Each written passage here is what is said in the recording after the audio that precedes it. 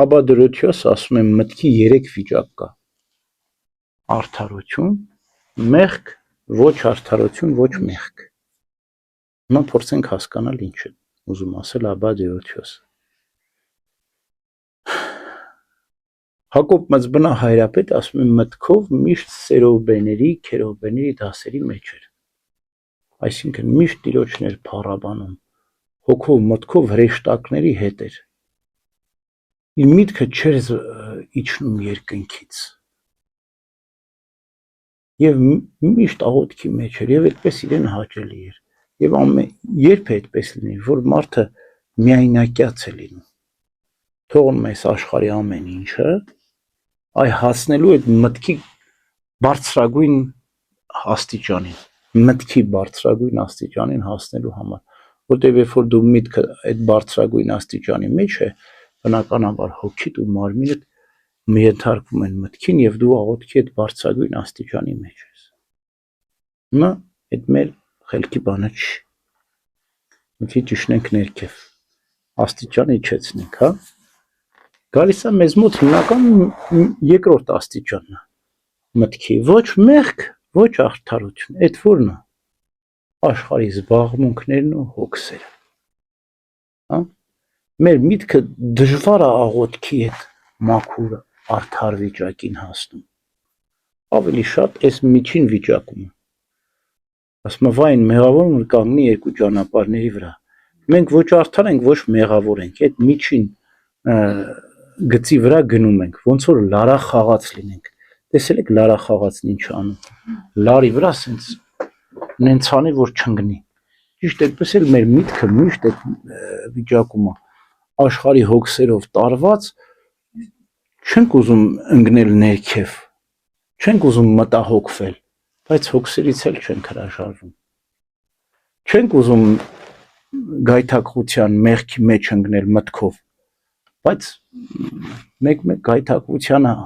այո ենք ասում, հա, այսինքն մենք այդ լարա խաղացի նման ենք միշտ, այդ մտքի միջին վիճակն է, ոչ արդարություն, ոչ մեղք, տանջում են, բայց երկար չես կարողանում լարի վրա խաղալ, մեկ-մեկ ընկնում ես ներքև, այսինքն ընկնում ես վերջին աստիճան, որն է մեղավոր վիճակը, մտածելուց ընկնում ես մտահոգության մեջ, գայթակղությունից ընկնում ես մեղքի մեջ, բարկությունից ընկնում ես մարդասպանության մեջ եւ այսպես ողակալության մեջ, ծանր մեղքերի մեջ ես ընկնում, այսինքն միտքդ ընկնում է վերջին աստիճանի մեջ, մեղավոր վիճակի մեջ։ Ուրեմն մենք միշտ ձգտենք մեր միտքը բարձրացնել դեպի այն բարձր վիճակը, արդարության վիճակը, երկար չպետք է գնանք այդ լարի վրա, որտեղ վտանգավոր է լարի վրա քայլելը, ընկնելու ես կետին, անպայման կոտրվելու ես, բարձրանալն էլ հեշտ չի լինելու, կոտրված մարդը մի հատ պիտի բուժվի, հետո մտածի վերև բարձրանալու մասին։ Ուրեմն ձգտենք այն բարձր վիճակին, եւ հիմա ինչու է այդպես լինում, որտեղ մենք մտածելու արվեստին չենք տիրապետում։ Հրեշտակները մտածում են, թե չէ, այո, իրենց ուրիշ ձև այրը, իրենց հավատքի մտածելակերպ կա, ընդհանրապես մարդը քանի տեսողություն ունի, առաջին տեսողությունը մարմնավորն է, չէ, աչքերով ենք մենք տեսնում,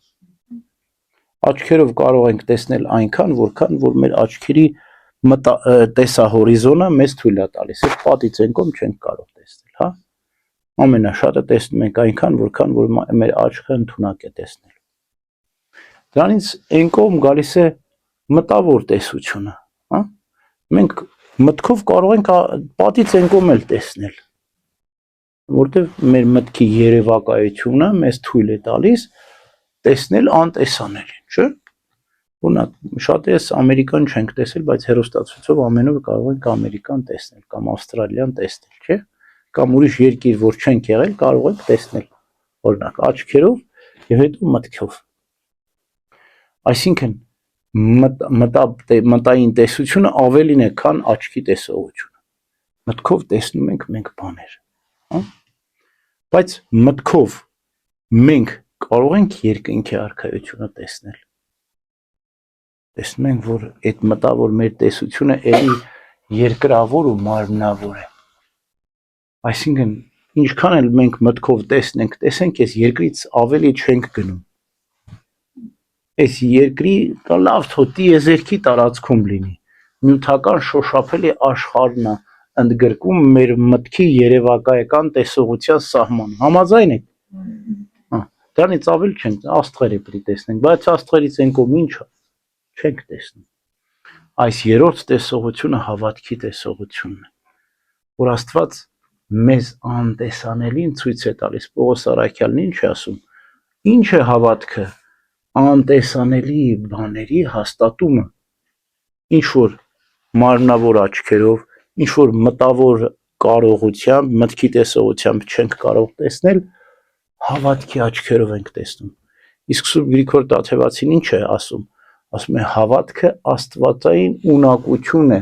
երկնքից իջած մեր մտքի ոսպնյակի վրա, միտքը ոսպնյակ է, ինչպես աչքն է ոսպնյակ, առանց լույսի մենք չենք կարող տեսնել, այդպես էլ առանց աստվածային շնորհի մեր մտքի ոսպնյակը չի կարող տեսնել անտեսանելին, հոգևոր աշխարհը։ Միտքը սկսում է տեսնել, երբ որ Աստված լուսավորում է մարդու միտքը։ Եվ հիմա այս երրորդ տեսողությունը, հավատքի տեսողությունը, հրեշտակային աստվածային տեսողությունը։ Այս տեսողությամբ օժտված են հրեշտակները։ Այս տեսողությամբ են հրեշտակները իրար տեսնում, իրար հետ շփվում, մտավոր չէ դա։ Մտավորը մինչև երկինքն է։ Երկինքի ներքո էլ դևերն են այնտեղ, ասում է Պողոս Արաքյալը։ Մեր մտավոր տեսողությամբ մենք կարող է դևերի հետ շփվենք, դրանից ավել չենք կարող, բայց հավատքի տեսողությամբ աստվածային շնորհի ազդեցությամբ կարող ենք երկինք բարձրանալ։ Այսինքն, երբ որ միտքդ հոգիդ լցվում են Աստծո հավատքի, այն ժամանակ դու տեսնում ես հոգևոր բաներ, եւ դրա որակը էականորեն տարբերում է։ Դեռ ուրիշ որակ է հավատքի տեսողությունը։ Դա կյանքը, դա ապրում է, դա երկունք է։ Ինչպես Նարեկեցին ասում է, մի տուր երկնել եւ չծնել, ամպել եւ չանձրևել։ Մենք դի երկնենք ու ծնենք, ամպենք եւ արտասվենք, որպեսզի հավատքի տեսողությունը մեր մեջ զարգանա։ Ուրեմն ձգտենք այս երրորդ հավատքի տեսողությանը, որտեղ թե մարմնավոր եւ թե մտավոր տեսողությունը ժամանակավոր են, բայց հավատքի տեսողությունը հավիտենական։